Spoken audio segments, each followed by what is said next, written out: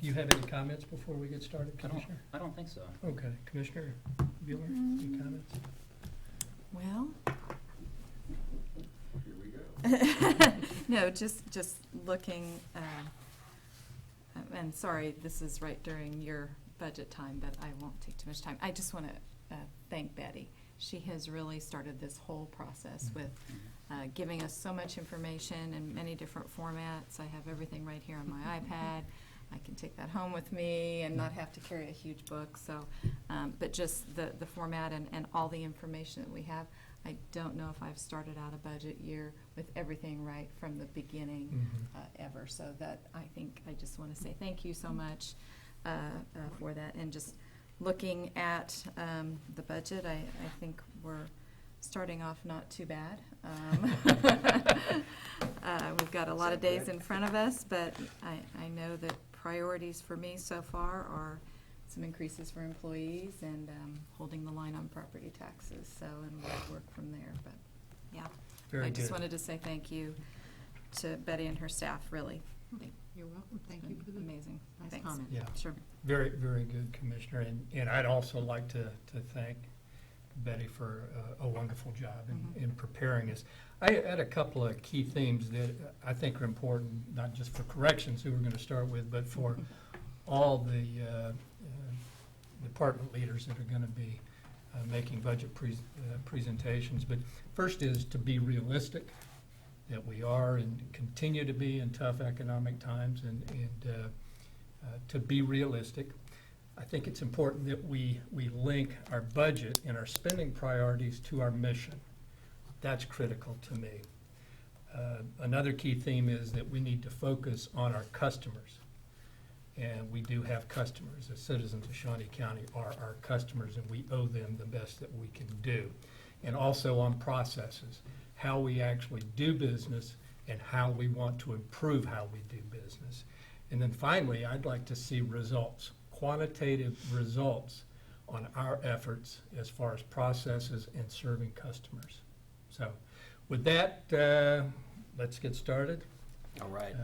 Well, Brian Cole, the Director for the Shawnee County Department of Corrections. I first want to start out and say thank you to this commission for giving me the privilege and the honor to serve as the Director for Shawnee County. I've been with Shawnee County for 25 years. This has been an ultimate goal of mine of starting out from a corrections specialist all the way to the top.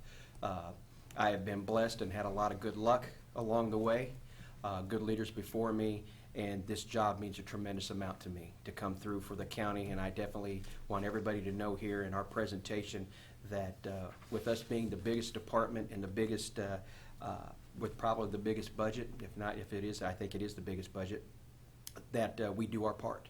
But we have a very big mission. But I wanted to first say thank you to all of you for your support.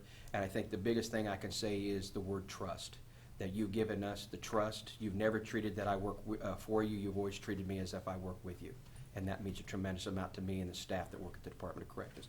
Before I get started, I also want to thank Betty that because I truly looked at the format as well, and I liked it. And one of the things that I wanted to give everybody was our information, how it complies with the format that Betty had given us, and that was discussed. Also, in there is our budget that is highlighted in the back that shows every different line item that has the increases or a decrease in an area where we looked at and what we did. And so we highlighted that, and I think that's important for everybody to look, that they're not having to search through a lot of numbers and things like that. I also want to take the time to introduce Major Tim Phelps, who's here with me today. Tim is a tremendous value to Shawnee County and our agency. I've said this before, if there's an MVP of the department, I think it's Tim. Tim comes with the knowledge not only when we started our new mission, when I became the director of setting up reorganization of legal, Tim is leading the way of keeping us out of trouble. And he knows that my expectation is you keep me out of trouble and you keep this county out of trouble. Tim has done a tremendous job. One of the other things that we do is Tim is the person who constantly monitors the budget over our finances. He helps maintain, create, and implement the budget. So when I do have questions, he's the person I go to. So This is just not me. I know I'm the one that has to come up and speak, but when it comes to our budget presentation for Shawnee County, this is a true team effort that is led by Tim, and then I was with Rick there. I wanted, like I said, wanted to say good morning and wanted to give you that information. I appreciate Commissioner Archer's introduction regarding our budget, regarding the mission, how it serves the community, how we can be a better government, how we can serve our customers. And I want to add that we have, not only are our customers and are the people that we give services to in the public, is also I see our staff as a customer as well that we give a service to. This department in this administration, we meet with every new hired employee that comes through the department, and we go over the first three things to make sure that we personally engage them to get them embraced. Number one, our vision statement, and that's achieving excellence through integrity, dedication, and teamwork. That is our ultimate goal. That is the goal that we see that we're always trying to achieve, is that people coming into the department doing the best they can to serve the community, to make it a safe environment for the staff, the inmates, and the community we serve. How we meet that, the three guiding principles that we have, one of them is through integrity. We have to have officers and all employees that have the utmost honesty and good character. We have staff that are going to work without close supervision at times. They're working directly with the inmates. They're working in the modules. And we have to be able to trust they're upholding the law, the Constitution, the state law, standards. And we have character and honesty is a true value that we hold very high to our staff. The next thing is dedication. Being dedicated to your employer, the county, Shawnee County, and your staff and the inmates in the job you do. That starts out with us from you coming to work ready to go on time, having a clean, pressed uniform, being of sound mind, and being able to concentrate on the job. This is a 24/7 environment, meaning that we have staff that know going into this, they're going to give up things, as in they're not always going to have a holiday off. They're not going to always have a weekend off. And that goes along with dedication. And we try to instill that to everybody, that this isn't a mission or an operation that gets to close down on the weekends and works Monday through Friday. And so that's something else we instill on our staff. And the last thing is teamwork. We give everybody an organizational chart and says, here's what everybody does, and they have the clever boxes. But the one thing that we stress to our staff is there are no boundaries when it comes to working together as a team. That every area in the department affects every other person, that we work together as a team, whether it comes to emergency response, mentoring staff, coaching staff, working as a valuable coworker. So those three guiding principles that we stress, we post throughout the facility. We tell our staff, there's nothing we want you to memorize, but if there is something you memorize, it's that, because that is our guiding principle, and that's the way. And it doesn't start from the bottom up, it starts with me. And I tell everybody it starts with me, and that's what my expectation, and I believe everybody should look at their leader to make sure that that person's setting the example. Our department mission, Shawnee County Department of Corrections shall operate as a model correction facility while providing the highest level of safety and security for staff, inmates, and the community. And to accomplish our mission and goals, our administrative staff each and every day meet constantly and meet monthly to go over the goals. We ask for quantitative results. They're meeting our goals, how we're meeting our goals, if we're failing at a goal, why. And we meet those goals, and I've outlined those goals of public safety, ensuring the inmate basic rights, achieving standards demonstrated by a model correction facility, providing a professional environment and resources to support it, provide inmates with services and successful reintegration, and maintaining facility and grounds. Every one of those are unique, but number one is our main goal. That's our main thing. And everything else beside that, underneath that, supports being a safe environment. If inmates are getting their basic legal rights met, it's a safer environment. If we're achieving and meeting and exceeding national standards, we're a safe environment. And we do that currently.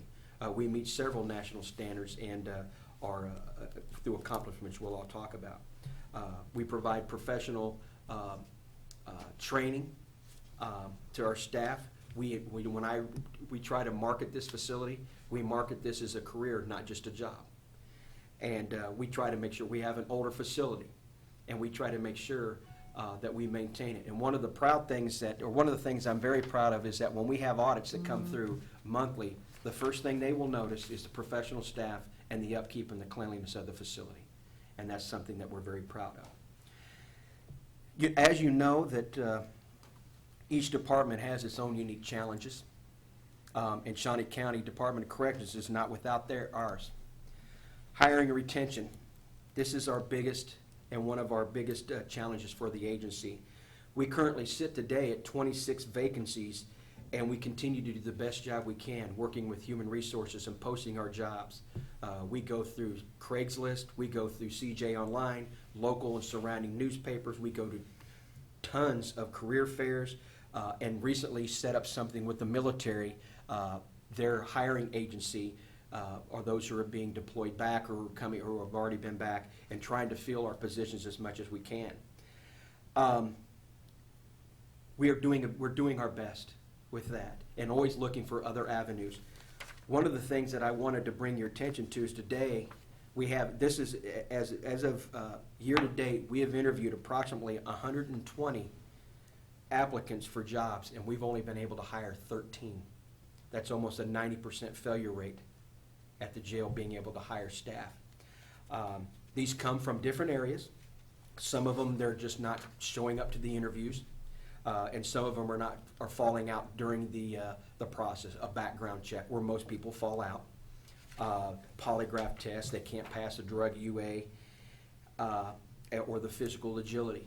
And I try to tell everybody is that our standards, even though while we want to maintain the highest quality of staff, they're not as restrictive as some of the other local law enforcement agencies, nor does our hiring time take as long.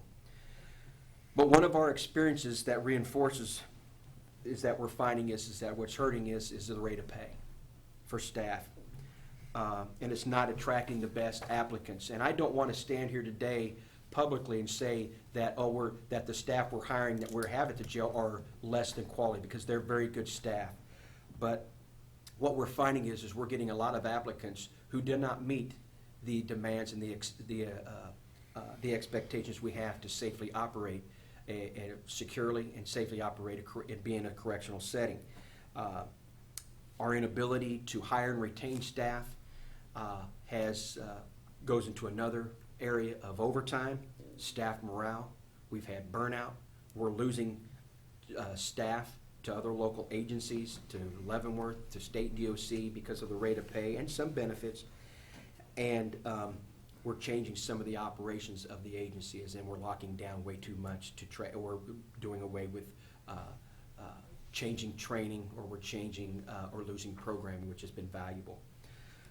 Our second biggest challenge is overtime.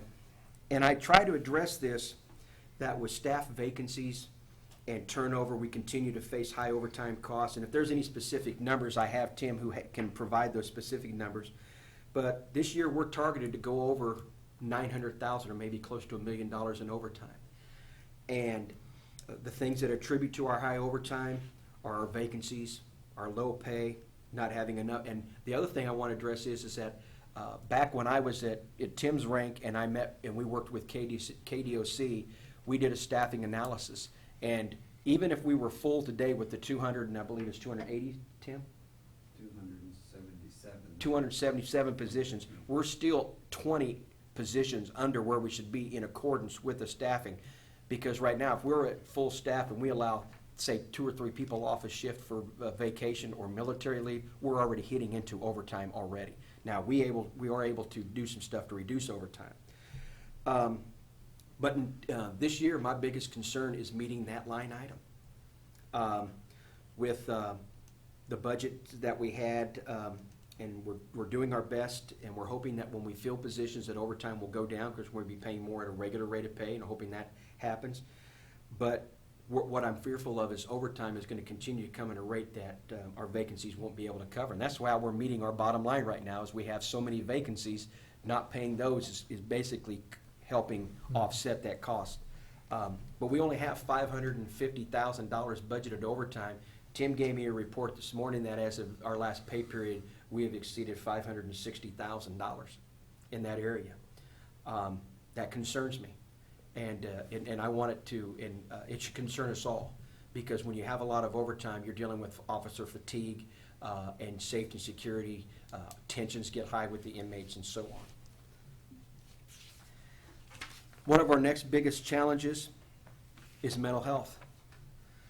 This continues to be a major challenge and a major initiative for our agency. I sit on several mental health boards and community seats to help looking at ways to assist and provide a better quality of service for those who suffer with mental illness and to divert them away from the jail. I'm not advocating that people with mental illness don't need to come to jail. It's not that at all.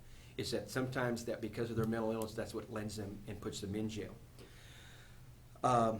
In our budget, and I'll talk more about it, I have put in a request for an increased funding for our mental health services.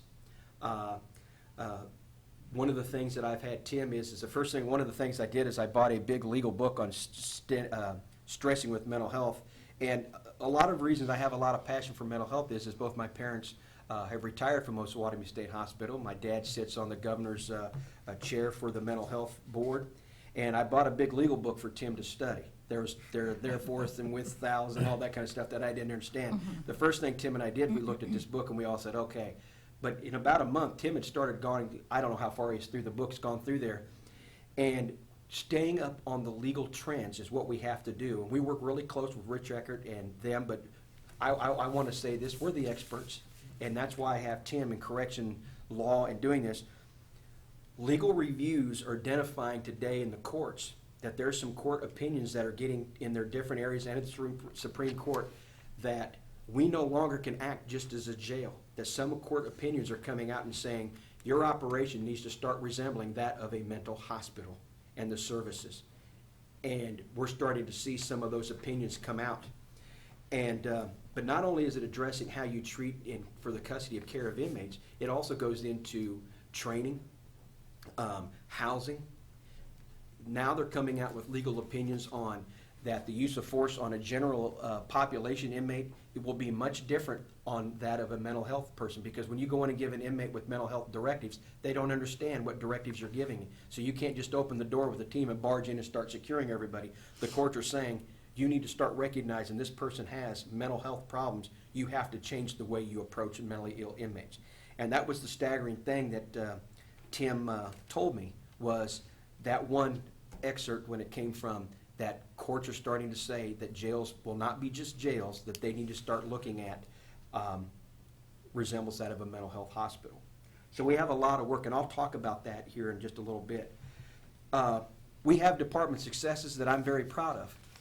Our staff is our biggest asset. I'm very blessed to work with some of the best staff in Shawnee County. I know Cindy Beck talks about we have the best staff in the county. I'll trump her with that because the staff that I have is the reason why I'm where I am today. Staff work with me, not for me. I try to be the best leader I can, meeting, exceeding their expectations the first time, every time, but I know sometimes I have tough decisions. But some of the department highlights that we have that go right along with some of the missions of Shawnee County is our video visitation. We are increasing the visits for families and friends, both on-site and off-site. This is given there's a tremendous amount of research that's showing that when you increase the connectivity between family and those who are incarcerated, you're making a much safer environment. The inmate tends to be much better and happier, and they tend to want to do things to get out of jail quicker. So that is something that we truly value, and we're going to continue to look at more. Tim now is looking at different areas that there's going to be options coming down soon that visits can be done on a smartphone. And so this also will help increase that. Increasing of juvenile programs with our JDAI, contingent and conditions of confinement, I think sets Shawnee County Juvenile Department of Corrections Department higher than others. We're putting in and meeting and exceeding programs that are doing tremendous value for the inmates. One of them here just recently when I was at the youth center is they're putting chalkboard paint in the doors on the inside. The juveniles are using chalk to make pictures, poems, and things like that to where they can express themselves. We stay away from gang stuff, anything that's derogatory, whatever. The juveniles truly like that. And so that has worked out very well. One of the other things that I'm very proud of is that in every audit, and I should knock on wood, whether it was KDHE, ICE, NCCHC, we have resulted in 0 deficiencies, which I don't know that's ever happened. I'm not saying it's because of me, it's because of the long work and the hard work for those who come before me and those who are actually doing the work and meeting. I'm very proud of that. That's something a lot of agencies cannot say. And I would also like to say that I think this is very valuable, is that our continued partnership in sharing the technology we have at the Department of Corrections and for law enforcement, defense attorneys and district attorneys for investigation and prosecution of cases and things like that, whether it's our video visitation, our phones. But we have a lot of technology at the facility that we like to share and partner, and I think that's important that, again, we don't isolate ourselves away. We are open to other agencies, and we pride ourselves on the technology that we have that we're able to share. So I believe that is a success, is that our continued collaboration and our partnership. People often call us and want us, and that's part of our mission, is a model correction facility. People call us and they say, I want to know what Shawnee County's doing. And I'm proud of that. I'm very proud, and I try to stress to every staff member, that is you. That is you doing the work. And recently we've had people come, they're coming to take our suicide policy to San Antonio. We have agencies coming in to look at our technology when it comes to the phones and things like that. People are looking at the video visitation. And also we're getting ready, we're in the midst of redoing our commissary. So we believe that seeing what we can do for better money, better value, and more return. Now comes the time for budget overview. I understand, and Shawnee, and I want everybody to know, and that one of the things that we do is we will continue to work with, and I again want to commend Betty in the operation that she does in setting the expectations. I think we have a very good working relationship with Betty and the finance audit department. We always have tried to do our best to be workable, to follow the rules, and to be a resource for Betty as well. And we know we have an obligation, a very big obligation, to meet budgetary requirements to ensure taxpayer money is being spent responsibly. In the past several years, the department has met every request for a flat budget, and in doing so, it has come at some cost because we've altered staff training. We've altered the operation of the facility by locking down, collapsing posts, losing things. As you know, we've lost some long crews, some reentry initiatives, and some valuable programs. And so we've changed some operations. And in looking at our budget, we're at the request that this year we're asking a request that surrounds a 4.3 increase. And I think it's important to analyze where those increases come from. First of all, one of the increases come in our payroll because of the 27th pay period coming up. That was automatic, a 3% increase just to that area. That creates a 3% increase to the whole budget, but just in that line item or that area, because of that. And our payroll is over 91% of our detention budget, so that's a big cost of doing that. The other thing that I wanted to address is our electricity rates continue to climb faster than our budget can withstand. Over the past several years, we have seen increases to the actual amount spent in electricity. We are requesting an increase to this line item because we have cut areas to meet our costs or that line item in electricity in the past, which means we've cut back again on training. We've collapsed posts to meet the bottom line. We've cut back and delayed some projects and repairs that we know we can get through because we have to pay. But also, I have to note that this year in working with Betty is that we do not have an annex budget. We added in the cost from electricity into this. So that automatically to the detention budget showed an increase to that line item anywhere. And working closely with Betty, both of us felt, and I want to make sure I say this right, Betty, is that there's no reason to have two separate budgets for the annex and the detention. At first, we wanted to see the cost on how it was being played out, but we were only budgeting, I can't remember what we did. It wasn't very much, and there's no reason why we should have two budgets. It just means extra line items, things that I think I think we could be more fiscally responsible and accountable with one budget and everything in it, because it is part of the Department of Corrections. So I do want to share that, because I think that's important, because part of that increase, not only is it because we are seeing electricity rates, but we added in the annex budget, which was, what was that, about $40,000 into that area. So that's almost a half of what that increase is just adding in to that area. Food service, obviously the food service is impacted by the consumer price index. I'm Yes, sorry. ma'am. Would you mind if I just stop right there? Yeah. I just want to talk to you a little bit about the information that I gave you here. Okay. Does not show a separate line item for the annex, and I have included that in with the line item detention facility. Also, if you look at the bottom of his Form A, which is his normal form, and I guess it probably relates to this form here, I'm not. For the detention?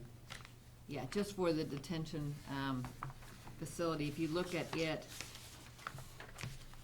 he is actually, well, anyway, if you look at it, if you add, yes, if you add the annex budget, which we had in prior Right. years to this, and if you're just looking at just the division for detention facilities, he is actually slightly under what it would be for a flat budget, which includes that 27th Correct. pay period. Correct. Now, that's not, because I have split them out between the detention facility, the health services, the food trustee, yes. But even with the annex folded into that detention facility budget, it's Yes. still reflecting. Under. A slight Okay, under if we include that 27th pay period. Okay. I just wanted to make No, that I clear. appreciate so that. they No, know what they're looking I'm at. glad, because I was looking at Yeah. this thinking, Yeah. okay, how is that all Well, fitting thank you, in? and So, I appreciate yeah. that.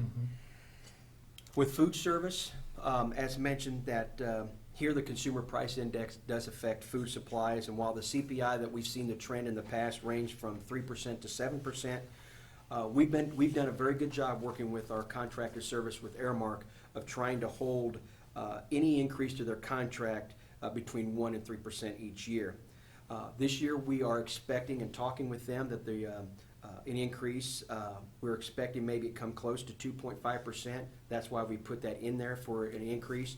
But I can assure you that I will be sicking Tim on them to be able to say, we're tight with money. We are.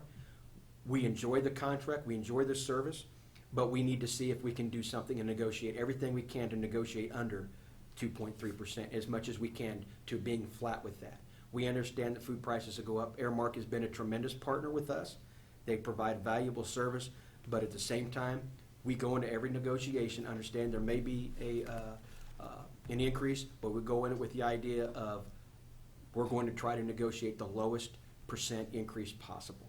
And we're going to continue to do that. We're not going to stop that. We don't ever just take, hey, look, Brian, it's a 3%, end of story, here you go. That's not the way we work. We bring everybody to the table. We find out where we can cut costs reasonably without sacrificing the nutritional values, the expectations, accreditations, things like that. But we look at different things when it comes to our food service.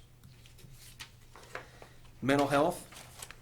This is the biggie. This is the single biggest impact to the Department of Corrections budget. And as discussed before, in talking with Tim, I think Tim in the paper we gave you was said 17.8%, and I just rounded it to 18% increase in this budget. Whether we look at private mental health services, which I think is something we do need to take a look at, because I think you're looking at services that better the community, or whether we add to the mental health services we have at the jail right now, we have to look at options to improve the way we're doing business today, to improve our system, to reduce liability for Shawnee County, to provide a level of quality care that the courts are requiring, and a better quality of service to those who we have to serve. Again, this will include not only the housing of inmates and programming, but the training of staff. And this is something that we continue to work on each and every day. We have a good mental health program, but there are values and pros and cons of privatizing or maintaining what we have right now at the jail. But either way, It is our desire and it will be our obligation to put together a plan to work together with Betty and each and one of you individually and as a commission publicly to find out what the best avenue is. Sometimes we're corrections professionals, and if the courts are saying that we need to start operating closely to that of a mental health institution, it may be that we need to get out of the business of mental health and have the experts do mental health. But I will not. But I want you to know the staff that I have, and do a tremendous amount of job, and they care about the job they do, and I'm very proud of them. In conclusion, Brian, can I Yes, ma'am. interrupt you for a minute? yes, I think it's important to note too, though, we're not the only ones that provide mental health assistance Oh, in the absolutely. county. I mean, we work with our partners, with Vallejo, with Mhm. Family Service and Guidance Center, and we also offer, allocations to them as Right. well. Absolutely. Yeah. And so, absolutely. We yeah, partner. all that works together, Yes. and I know you all do a great job Yes. of You know, recently it was collaborating. approved for us to have the crisis responder, which also will be a Right. part with Shawnee County Sheriff's Office and Topeka Police Department of Vallejo, those people coming in and being Yeah. able to screen. But also, we have people come into from Vallejo every week, twice a week, to assess their clients. We have a valuable working relationship Yeah. with Vallejo, and we continue to work very well with Vallejo. But corrections mental health is becoming much more complex. It's going beyond that of just bars and handcuffs. Yeah. It's going beyond now a treatment model that we're going to have to It's better. be committed to.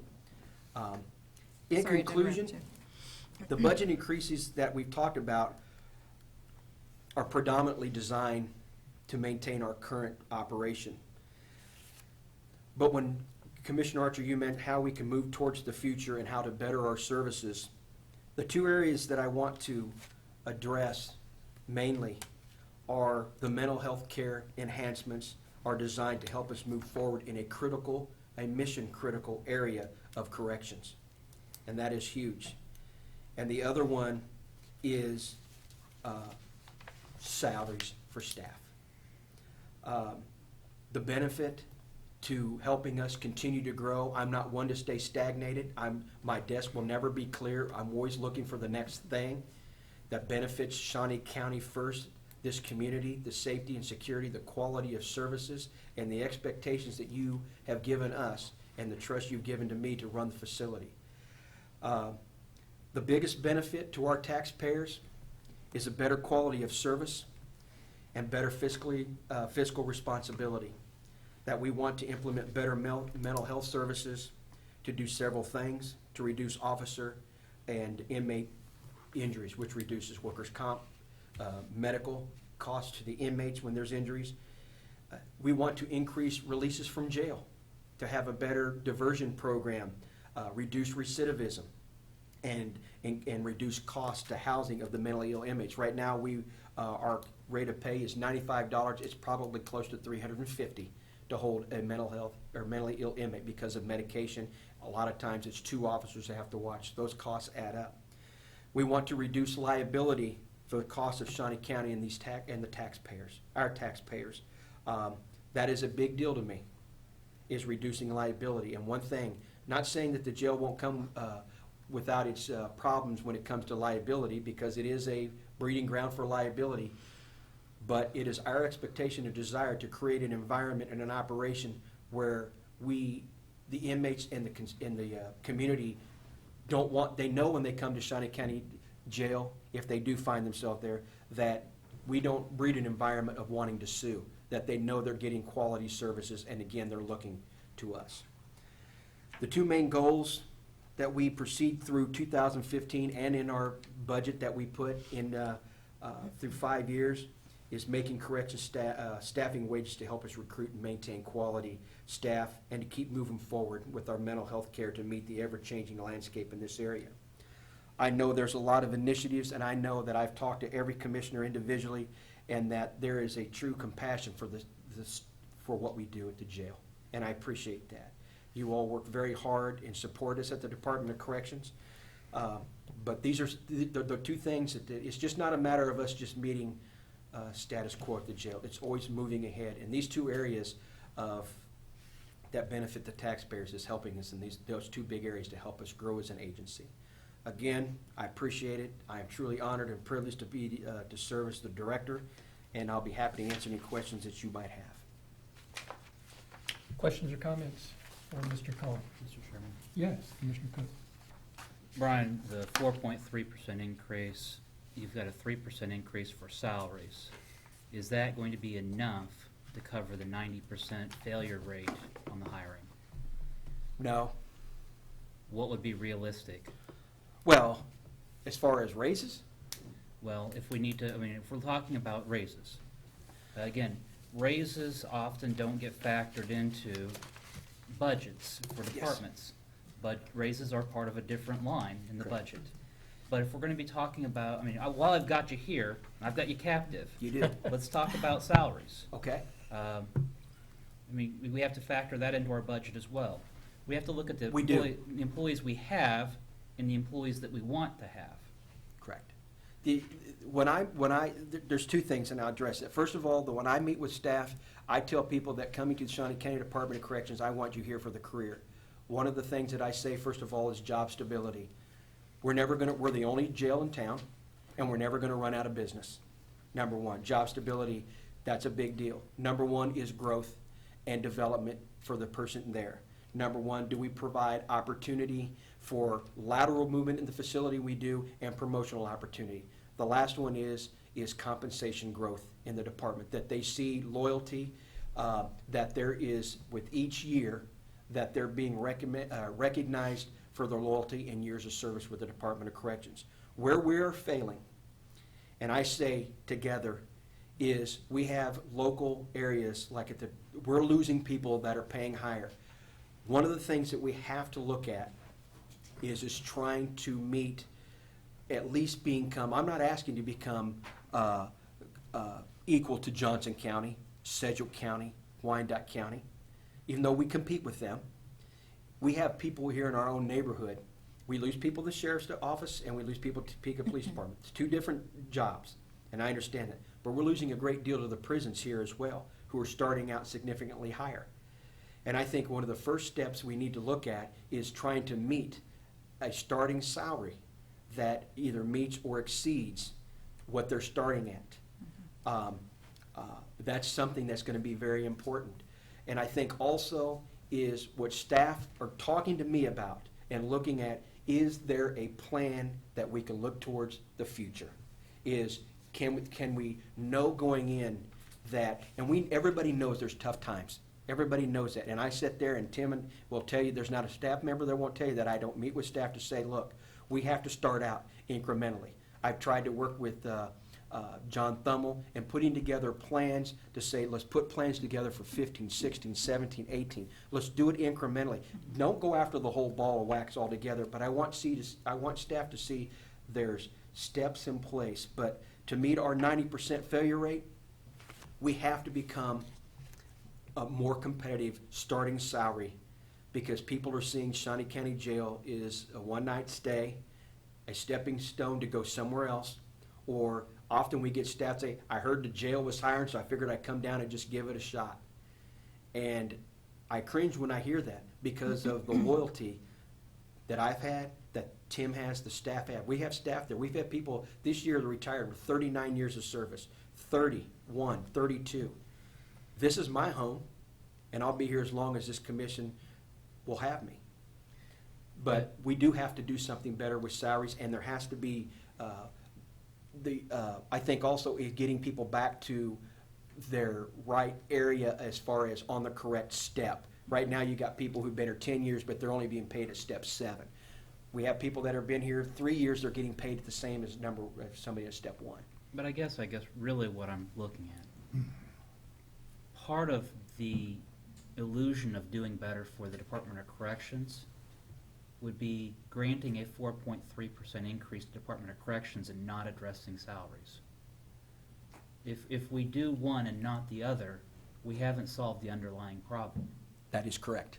Right now, this budget right here is just meeting what we have right now. It doesn't address anything with raises. We have to, I try to in the 5-year is put down projections and things that would be, I think when I looked at 2016, But to answer your question, the answer is no. That if you granted a 4.3, that does nothing for salaries. That does nothing for helping us cure our problem of the 90% failure rate. And if we've got $1 million, or projected at $1 million of overtime, we're at a $500,000 now. Is that directly related to salaries? I mean, does that solve one to the other? I mean, are they, I understand that. It solves a great deal of it, yes. Yeah. A great deal of it, yes. But would you have a quantifiable amount Yeah. as to salary increases that we need to be looking at? That's why I got Tim here. Okay. This is a moving target. It's like trying to paint a moving bus. But, and I don't want to create sticker shock, and this was in a memo that was provided earlier. To get to a competitive rate, I believe, in our market, it would cost us in 2014 dollars about $2,221,000. That was the calculation to get us to a truly competitive rate at 2014 dollars. Now that, again, that's if you do it all in one swipe. Right.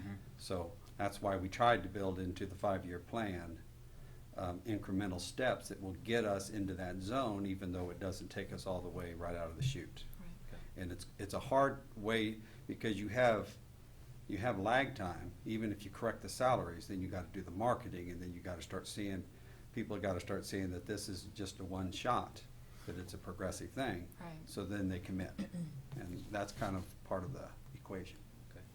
Mr. Chairman, if I Oh, may. yes, Commissioner, go ahead. The second question I had was, we have had ongoing discussions regarding the Department of Corrections seeking accreditation status. Yes. Where does that stand? What is the cost? What do we need to do to move that forward? We are currently, well, I'll let Tim, because Tim's over that area, but I can tell you that we are moving this year or the beginning of next year. We are going to be getting the process of accreditation to the American Correctional Association for the Juvenile Detention Center. That's the first place we're going to start. We want to do it incrementally. I think it's close to, what, $15,000? Yes, and we're planning on paying that out of JDFF funds. It would not be Because we have it available. budgeted for, yes. So it won't be county dollars directly. But we are putting that, right now, the priorities is of getting us, are compliant with PREA, getting that taken care of, and also accreditation, and then obviously up with the New World system that we have. But accreditation will be coming either at the end of the year for us to start the process of submitting our application, and there's various steps of doing internal audits to see where we're at. They have about 5 different stages or statuses what you have in there when it comes to that. So I don't know how long the whole process takes. Do you, Tim? It's between 6 and 9 months. Yeah. So we are planning on starting that this year. My goal is to try to do as much as we can to get the process started for the Department of Corrections. We are accredited when it comes to NCCHC. That both covers our medical and mental health. And services, we are accredited or licensed by KDHEs. And then also we follow the ICE standards as well. Third question I had was, again, while not part of this budget, but we have you here in captive, what are the physical plant needs of the Department of Corrections and costs that you would anticipate that would go into our capital outlay budget? We have, I think it was 2013, we put in there, it was approved by the board to go out and look at all 6 of our HVAC systems. We replaced 2 last year. I will be coming together now at looking at 2 more this year. So we still have some HVAC systems. Vehicles, we have some antiquated vehicles from 1996, 97. Shower surfaces we have to look at. Obviously, one of the biggest is kitchen. But in the budget, under vehicles, there's not anything budgeted for, We didn't put anything in, I don't think we put anything in 2015 for vehicles. It was looking at 2016.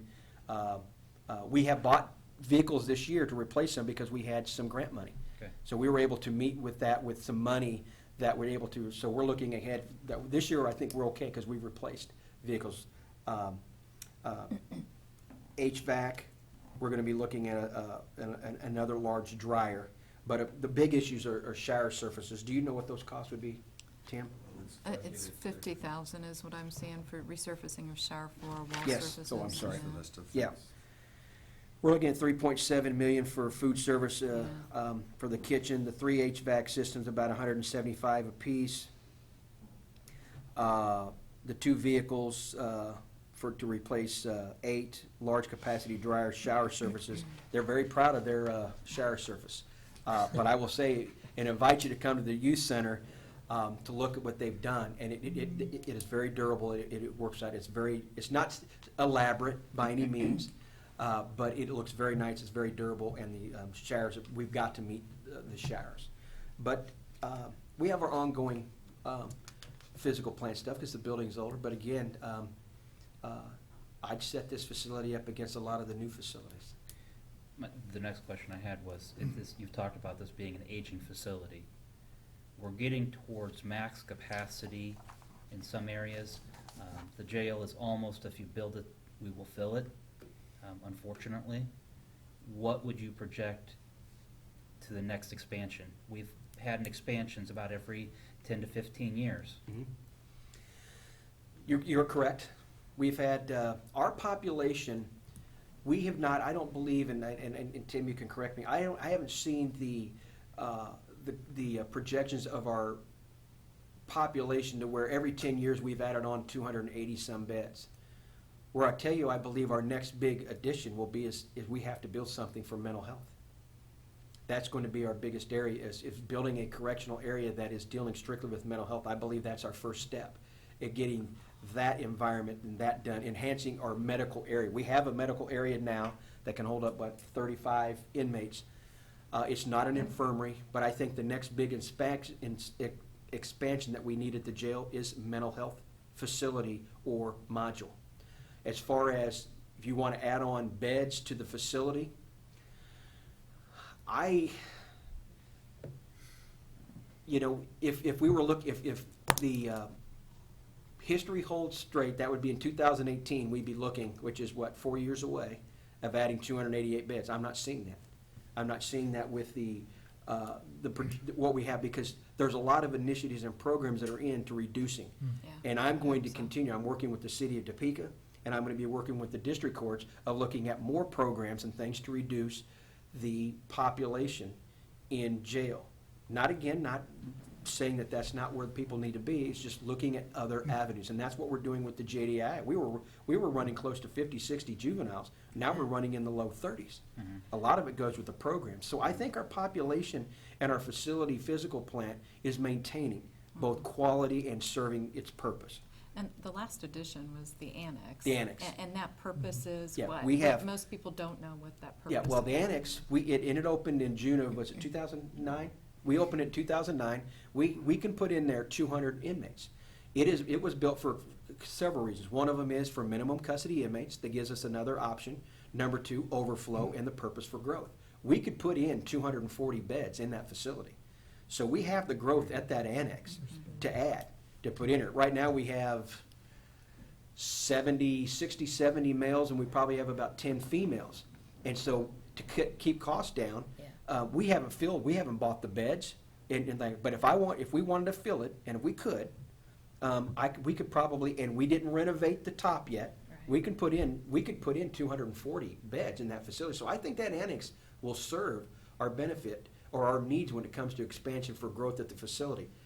What we don't have is one of the top 5 things they talk about. One of the things they talk about liability of jail when it comes to housing of inmates, of mental health inmates, is the housing. Of mental health, and I think that's the next expansion. All right, so looking at that, and again, looking again down the road a bit, that mental health, would that be a completely different facility than the annex? The original building from 1988 was built to sustain additional floors. So we added, because the current medical system is a single floor operation. If we added 1 or 2 floors on that and had that to where it's close to the medical mental health center of our operation, then that could work. That's a plausible option. So we don't necessarily have to reconstruct off-site. The other thing I just wanted you all to be aware of on that point is on the national level of corrections, you see trends. Probably the last big trend that went through was called reentry. big reentry drama. That probably lasted 15 years. The one that's emerging now is the use of segregation for mentally ill and even regular population. The overuse of segregation, and particularly with mentally ill inmates. If you lock them down for 23 hours a day, they are deteriorating. They are getting increasingly worse every day.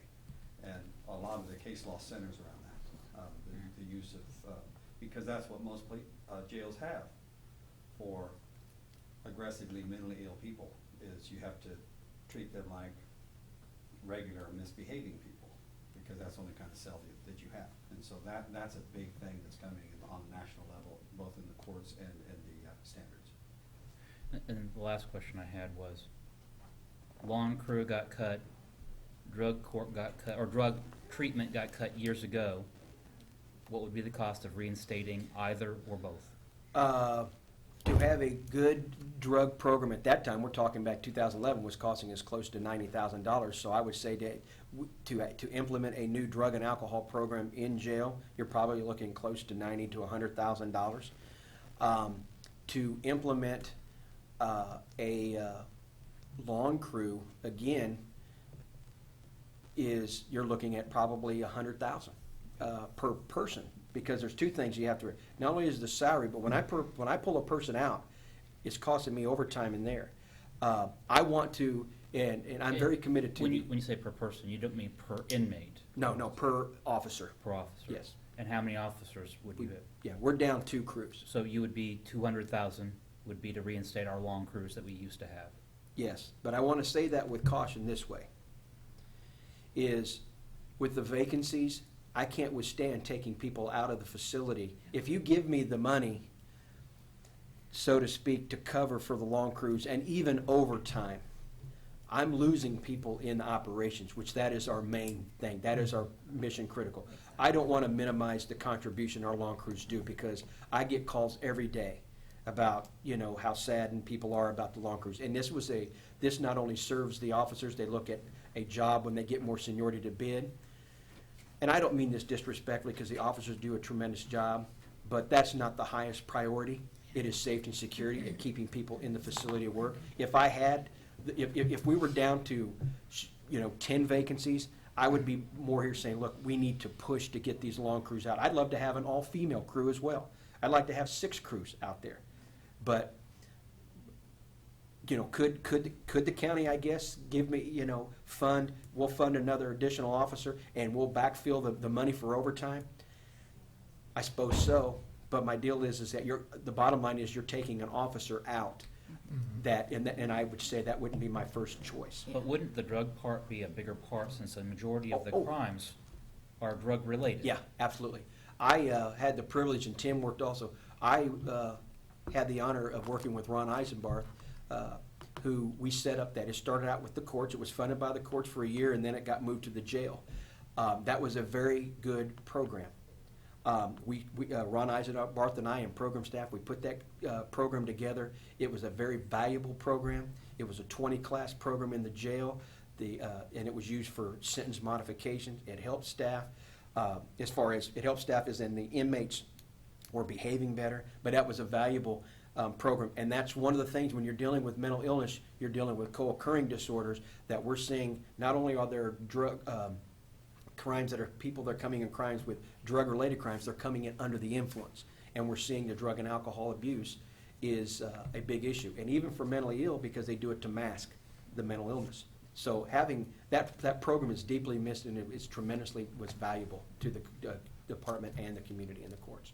Okay, thank you, that's all I have. Good. I Commissioner? just have one thing to add. Just looking at the big picture, out of a $95 million budget from last year, and 20 million is with the jail, Yeah. the detention facility, 20 million. And so I often hear from constituents that, well, we need more efficient and effective government. This is an example. We have one jail in this community, and this is an example, I believe, of effective, efficient government. Like you said, we're the only jail in town. We don't have taxpayers paying for a city jail and a Correct. county jail. We are one mission, like you said. But just looking at the big picture, that's a huge Yeah. piece. It is. Huge piece And- of this budget, so. And we appreciate that, and we know. We know Shawnee County Department of Corrections, and I know that we have to do our part. And we sustained and have gone through times of cuts. We knew, we didn't take our ball and run, we didn't pout, we understand the bottom line. And if anybody knows me, that I will continue to do my part financially to help this community, to have a better government, more efficient, to support this commission. But also at the same time, if I ever talk to anybody about the jail, I want transparency. Anybody can walk through our jail any time of the day, not necessarily in through the security part. Let me make that. But I have transparency. My policies, procedures are out there. Our books are open.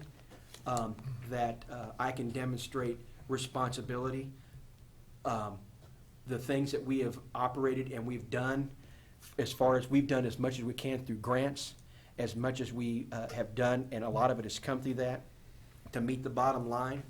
But I'll be the first person to tell you that when it comes to building your jail and being involved in your jail, this community needs to be involved. They need to understand and think of it as in terms if their family member was ever in jail. Exactly. And the quality of services. I'm not asking for a hotel. What I'm asking for is just quality services, support, and things, and I appreciate Commissioner Bueller, because the systems we have in place, I truly will defend and believe that they are fiscally responsible, they're mission critical, they're important, and the two things, and that I'm always going to be looking at ways and coming back at ways to further our department to make government better for and easier for you. Because I always believe, for me, that one of the biggest responsibility I have is putting you all in the best position that you can, not giving you any surprises, giving you as much information you can so you can reach out to your constituents, being able to know when people ask what's going on at the jail, you have no surprises. You understand, and that's a big part of managing my bosses, you all, is putting you in the best spot possible and the best light with this community and the taxpayers, and I'll always continue to do that. Thank you. Thank you. I have a few thoughts, and I think this has been a real good discussion. And it is interesting that the detention center is our biggest budget item, and it's probably the most unappreciated. Because if I'm a citizen, I can enjoy going to Gage Park, I can enjoy going to Lake Shawnee, I like having my trash picked up, all those things that I can see, but most people don't see the jail. And Yes, they sir. don't appreciate the jail and what we do.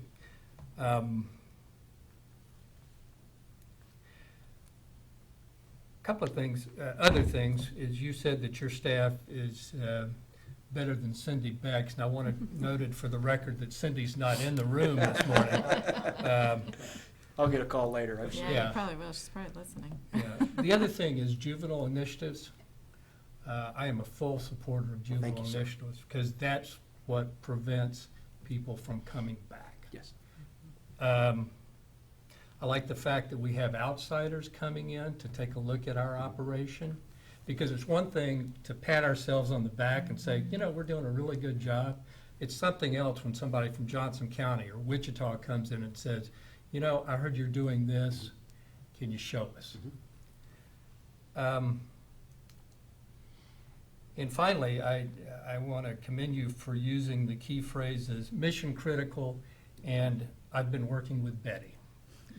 I think that's very important in all financial planning, that you work with our financial director, and that you always focus on what the mission is of the organization, and do planning along those lines. So those are my thoughts. Any other thoughts, Commissioner? I have none.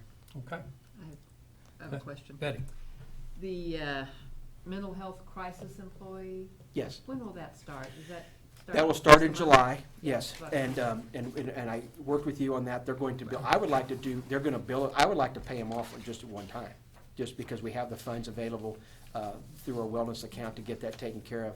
But I think that's what they're going to do. How long will it take to really evaluate how effective that's gonna be? We're gonna do it for 6 months. They're in the process of looking at a grant to fully fund this. We're using this 6 months. It will be a collective work on the part of the sheriff's office, the DOC staff, Vallejo, and the City of Topeka Police Department. We're going to closely evaluate, we're going to look at statistics and the effectiveness and efficiency of this job in 6 months. If it doesn't work, we're not going to fund it, if we're not seeing the results. Being as connected as I am with CIT, which is Crisis Intervention Team, I truly believe it will set Topeka apart from other communities. I never, because of my mindset when it comes to golf, I always try to stay positive and saying that I expect this to be a success, that this will be a tremendous asset and value. Unless something goes unexpectedly wrong, I think this is going to be tremendously valuable. But everything needs to have a period, but we're going to do an evaluation period for 6 months. It's going to be July. Basically July through December. We're going to reevaluate all along, meeting monthly, and seeing what we're doing, calls, are we deterring people away from jail? It's not just what's happening if they get deterred away. Are you staying at home? Are you doing this? Are you going to treatment? Things like that, and following up how often this person is out. And we're going to see the effectiveness and if it's worth the money. And if it is, I'm going to come back, but I'm hoping that Grant will take care of that.